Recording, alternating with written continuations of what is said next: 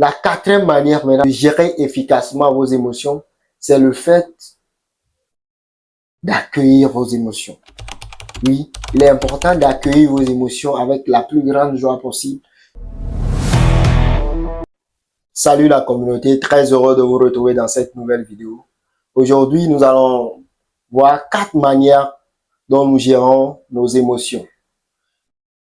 Donc, sans plus tarder, je vais essayer de vous parler de ce que c'est que les émotions d'abord.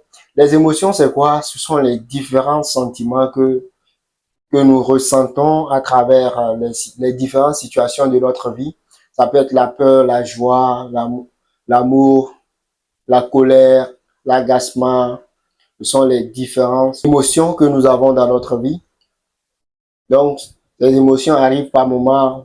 Il peut arriver que nous nous sentons heureux, nous nous sentons malheureux. C'est la vie. Ce sont des moments de notre vie. Mais nous avons généralement 4 manières de gérer ces émotions. Reste jusqu'à la fin de cette vidéo. Je vous présente la meilleure des manières de gérer vos émotions pour garder le contrôle sur votre vie. Une des personnes très importantes a dit, si vous ne savez pas gérer vos émotions prendront le contrôle sur votre vie et vous verrez votre vie tourner au chaos. Donc, sans plus tarder, nous allons voir la première des manières dont nous gérons nos émotions. La première, c'est quoi? Nous nous noyons dans nos émotions. Oh là là, pourquoi cela m'arrive? Pourquoi moi? Que je suis malheureux? Et pourquoi moi? C'est une manière de se victimiser, de se noyer dans les émotions qui nous traversent, dans les sentiments qui nous traversent au fait. Ce sont des choses qui ne nous profitent pas, malheureusement, mais dans ces situations, nous n'arrivons pas à prendre le contrôle sur nos émotions parce que nous ne savons pas le mécanisme, nous ne savons pas les dégâts que cela crée dans notre vie. Donc, la première des choses qui est le fait de se noyer dans vos émotions. Je vous dis aujourd'hui que la meilleure des manières de détruire sa vie, si tu veux détruire ta vie complètement, c'est de passer en mode victimisation. Pourquoi moi? Pourquoi est-ce que c'est à moi que cela arrive? Oh là là, je suis maudit, je suis ceci, je suis cela. Donc, c'est la manière dont vous détruisez votre vie. Arrêtez de gérer vos émotions de la sorte. Deuxième des choses, c'est le fait de fuir vos émotions. Vous voyez, tu sens qu'il y a quelque chose qui ne va pas, mais tu ne prends pas le temps d'analyser, tu fuis. C'est comme si tu ne veux pas accepter le fait que tu ne vas pas bien, en fait. Mais le problème va persister. Le problème ne va pas cesser parce que c'est une émotion qui te traverse. Tu vois, donc, par moments, nous fuyons nos émotions, nous essayons d'esquiver, pensant que ça va passer. Des fois, nous nous noyons dans l'alcool, dans les trucs additifs pour essayer d'oublier ces émotions, mais aussitôt l'effet parti, nous nous retrouvons face à ces situations également. Donc, c'est l'une des manières également qui ne nous avantage pas. Il faut éviter de fuir vos émotions. Ouais. La troisième qui est le fait de substituer vos émotions. Un exemple très simple.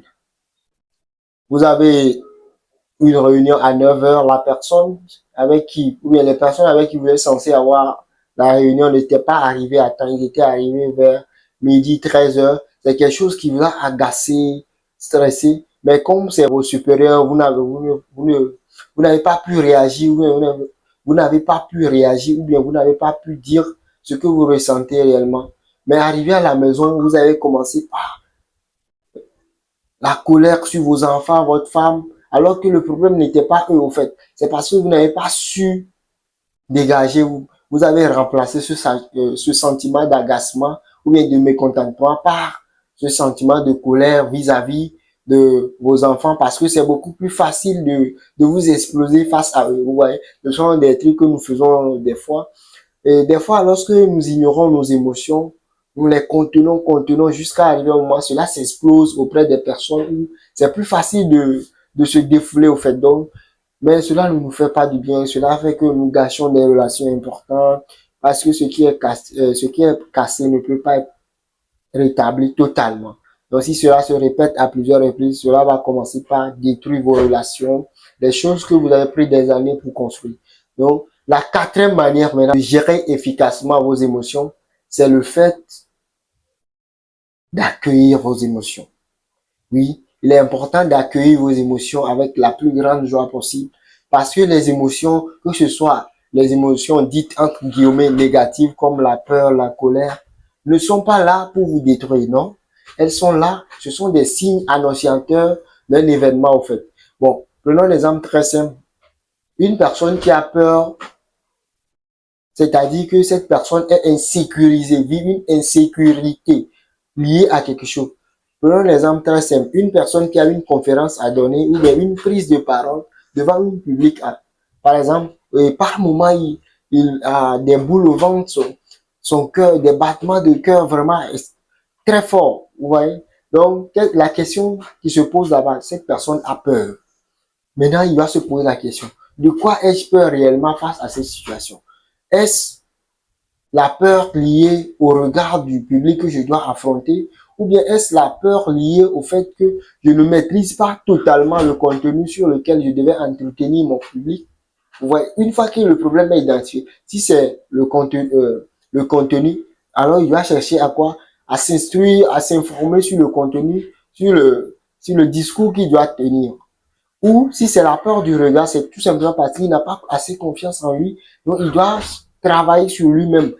Il y a des exercices comme la visualisation, le fait de se visualiser au top, si les choses se passaient efficacement, comment ça serait, quelles sont les choses qui montreraient que je suis au top face à cette situation. Il y a beaucoup de techniques que nous allons voir par la suite pour gérer efficacement vos émotions ou préparer un événement heureux. Donc, il est important de prendre en compte vos émotions. Par exemple, vous vivez un agacement, vous vous sentez agacé, gêné, mais vous devez vous poser la question, qu'est-ce que je ressens intérieurement? Qu'est-ce qui m'agace réellement? Ou bien peut-être que vos enfants ne vous respectent pas, ou bien peut-être que vous sentez euh, la non, c'est comme si vous n'êtes pas respecté dans votre milieu ou bien dans votre entreprise, vous sentez un agacement pour ça. Donc, une fois que le problème est identifié, vous devez poser le problème aux personnes concernées, tout simplement pour vous dégager. Bonjour, monsieur le directeur, j'aimerais discuter avec vous. Bon, actuellement, je sens que le travail ne me porte plus parce que je sens que je ne suis pas assez valorisé dans mon domaine. Je me sens pas assez valorisé par rapport à ce que j'apporte à cette entreprise. Oui, vous pouvez le dire. Cela ne fait pas de vous une personne orgueilleuse, une personne prétentieuse. C'est ce que vous vivez. Vous devez l'exprimer et votre patron va automatiquement essayer de comprendre qu'est-ce qui ne va pas et vous porter la satisfaction que vous souhaitez. C'est aussi simple que ça. Mais tout problème se règle lorsqu'on communique.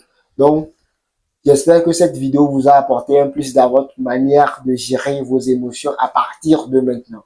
Donc, si c'est le cas, n'oubliez pas de liker, de partager, de commenter également. Partage cette vidéo avec quelqu'un qui traverse des moments difficiles, oui, qui vit des dépressions, de l'anxiété et tout ça. Partage cette vidéo avec cette personne, cela va l'aider beaucoup à évoluer dans sa vie. Je tiens à préciser que vous venez d'écouter la voix de votre leader, coach, expert, consultant, Sodiedo. Sur ce, je vous dis à très bientôt dans une nouvelle vidéo. Ciao, ciao. God bless.